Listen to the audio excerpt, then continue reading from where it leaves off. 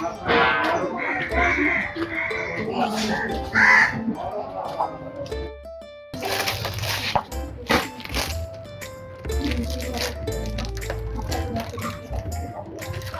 ভজন, ভজন, কি বলছো? এইদিকে শোনো শোনো। বলো, কি বলছো বলো। তোমাকে কালকেই তো দেখলাম, তোমার হাত পা সব ভালো ছিল, ঠিকভাবে হেঁটে চলে গেলে, আর আজকে এইভাবে খুঁড়ি খুঁড়ি চলছো, কি হয়েছে কি? আর বলো না, বিরাট সমস্যা বুঝলে। সেইটাই তো জিজ্ঞেস করছি, তোমার এই হঠাৎ করে ঠ্যাঙে কি হলো? সে আর বলো না, খুব লজ্জার কথা বুঝলে তো। কেন গো, তুমি কি চুরি টুরি করতে গেছিলে? আরে চুরি করতে যাবো কেন গো? আমি আজ পর্যন্ত কোনোদিন চুরি করেছি কোথাও? মেন কথা হচ্ছে, তোমাকে বলি, কাউকে বলো না, খুব লজ্জার বিষয় বুঝলে তো। বর্ধমানে একটা বড় বাজার তৈরি হয়েছে, দেখেছো? বিরাট দোকান, সব কিছু পাওয়া যাবে ওই দোকানে, তেল থেকে, চাল থেকে, ডাল থেকে, জামা প্যান্ট থেকে, যা নেবে, খেলনা থেকে, মোবাইল থেকে, সমস্ত কিছু পাওয়া যায়। এইরকম ধরা বড় একটা দোকান হয়েছে, তুমি দেখেছো কি? ওই রকম দোকান হয় না, শপিং মল তৈরি হয়।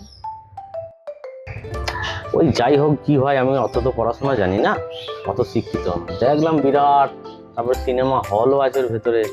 ওই রাস্তা দিয়ে যেতে যেতে এই গরমে দেখি ঠান্ডা হাওয়া আসে, ওইখানটা করে রাস্তার মাঝে দাঁড়িয়ে গেলাম, ঠান্ডা হাওয়াটা ধেয়ে আসছে আমার দিকে।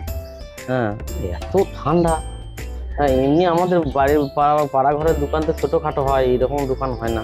দিয়ে ঢুকলাম বুঝলে, ওই ঠান্ডা হাওয়ার চক্করেই আমি ওই দোকানের ভেতরে ঢুকলাম। তারপর? তো ওখানে দেখছি সব ওই সব ড্রেস পরে সব রয়েছে, ওই পাহারা দিচ্ছে অনেকজন, তারা জিজ্ঞেস করছে কি লাগবে কি লাগবে, আমাকে জিজ্ঞেস করছে। অনেক মেয়ে ছেলে রয়েছে সেজে গুজে, প্যান্ট ট্যান্ট পরে, সব জামা গেঞ্জি পরে, সব ভালো বেশ দেখতে। হ্যাঁ, তারা জিজ্ঞেস করছে কি লাগবে স্যার, কি লাগবে স্যার, আমাকে জিজ্ঞেস করছে। আর আমার তো কিছু লাগবে না, আমি ঢুকে পড়েছি এই ঠান্ডা হাওয়া খাওয়ার জন্য।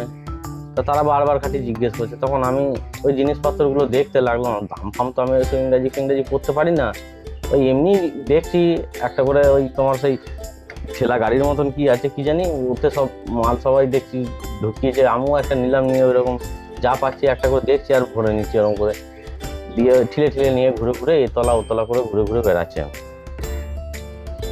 ও, তাহলে নিশ্চয়ই তুমি সিঁড়িতে পড়ে গেছো। আরে না গো, করবো কেন, আসল কথাটা তোমাকে বলি শোনো। দিয়ে এইবার ওই ঘুরতে ঘুরতে ঘুরতে ঘুরতে বেশ অনেকক্ষণই কাটিয়েছি আমি সময়। হঠাৎ করে বলছে যে আগুন আগুন করে, মানে ওই একটা মাইক থেকে আওয়াজ আসছে। দেখছি সব মিউজিক বাজছিল, ওই মাইকগুলো থেকে দেখছি আগুন আগুন করে যাচ্ছে, আর লোক সব ধরবর করে ছুটতে লেগেছে ঊর্ধ্বশ্বাসে, বুঝতে পারলে? তাহলে ওইসব লোক মনে হয় তোমার উপর দিয়ে চলে গেছে, দলি দিয়ে গেছে। না না, তারপরে ওই মাইক থেকে আবার আওয়াজ আসছে, মল ত্যাগ করো, মল ত্যাগ করো, মল ত্যাগ করো, খুব আওয়াজ আসছে। হ্যাঁ, তারপরে?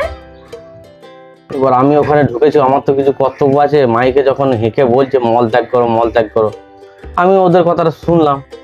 আমরা ওইখানে বেশ মেজে বসে ভালো করে হেগে দিলাম, ব্যাস গা হাতু আমি হেগেছি।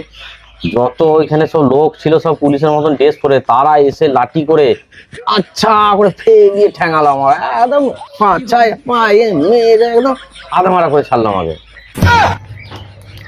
তা তুমি ওখানে হারলে কেন? আরে আমি কেন ওসব করতে যাব, ওরাই তো বারবার মাইকে হেঁকে বলছে মল ত্যাগ করো, মল ত্যাগ করো। আর আমি মল মানে তো মলমূত্র জানি, ওই বাজারটাকে যে মল বলে সেটা তো আমি জানতাম না, সেটা আমি পরে জানতে পারলাম, মার খাওয়ার পরে। খবরদার কাউকে বলো না, খুবই লজ্জার কথা বুঝতে পারলে তো।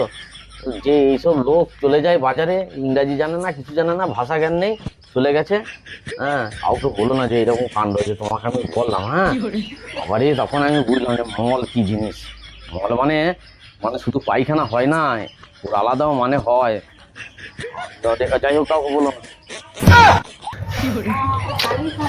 এসব লোককে না ঠেঙানোই ভালো, কিছু যখন জানে না, শপিং মলে যাওয়ার কি দরকার আছে। ও